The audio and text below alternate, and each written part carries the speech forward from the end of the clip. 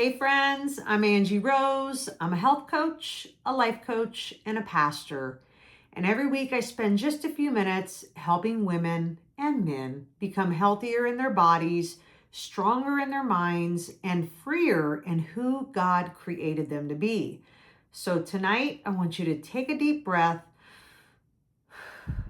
quiet the noise, and let's go ahead and talk heart to heart. So here's the question of the day.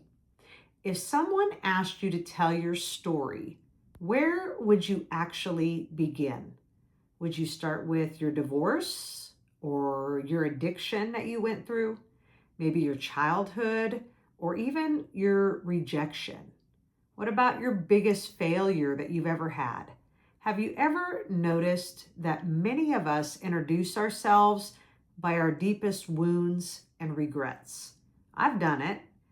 Truth, for years, if someone asked me my story, I immediately thought about rejection, my father, my adopted father, broken promises, men leaving, abandonment, friends leaving, and those experiences were very real.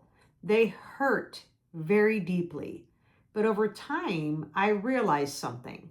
I had allowed my wounds to become the headline of my life. And maybe you've done the same thing. Maybe your story sounds like, I'm the woman whose husband left her. I'm the woman who struggles with anxiety and worry and fear. Or I'm the woman who makes mistakes all the time. I'm the woman who was abused. I'm the woman who can't seem to get it together ever. Friend, those things have happened to you, but they are not who you are. One day the Lord gently began challenging me. He reminded me that while my wounds explained part of my journey, they were never meant to define my journey. There is a difference. Your story matters, your testimony matters, but your pain was never supposed to become your introduction. Think about it.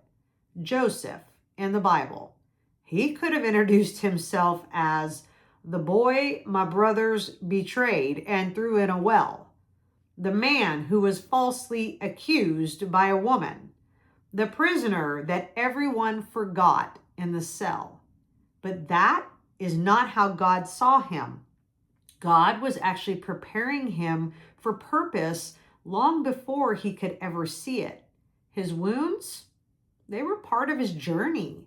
They weren't the destination. And I think that's true for us too. The enemy wants us to become experts on our pain. God, he wants us to become confident in our purpose. One keeps us looking backward, and the other one, well, it calls us forward. Can I tell you something that I've learned in all the years? Healing doesn't mean pretending that your wounds never happened. Healing actually means your wounds no longer have the final word or say. Your testimony, that becomes about God's faithfulness, not just your suffering. So this is why I love the verse in Genesis where Joseph tells his brothers this. It says, you intended to harm me, but God intended it for good. Joseph didn't deny the hurt. He simply refused to let it define his future. So maybe today you've been introducing yourself by something that happened years ago or even recently. Can I encourage you? Try introducing yourself the way that heaven does. I'm a daughter of God. I'm chosen. I'm redeemed. I'm forgiven. I'm set free. I've been transformed. I'm renewing my mind. What if those became the first things that you believed about yourself? Here's something I want you to remember today. Your wound, that may explain where you've been, back there, but it does not determine where you're going today. God has always been writing a bigger story, one filled with redemption for you, hope, purpose, freedom, and healing. Don't stop reading your story before God even finishes writing it. So here's my question for you to think about this week. When you tell your story, what seems to get the first chapter? Your wound or God's faithfulness? Spend a few minutes asking the Lord. He's going to show you how you see your story and how He sees it. And if today's conversation encouraged you, comment one word below: redeemed. I'd love to pray for you as God continues writing your story. And until next time, I want you to stay fierce, stay free, and keep becoming the woman God created you to be.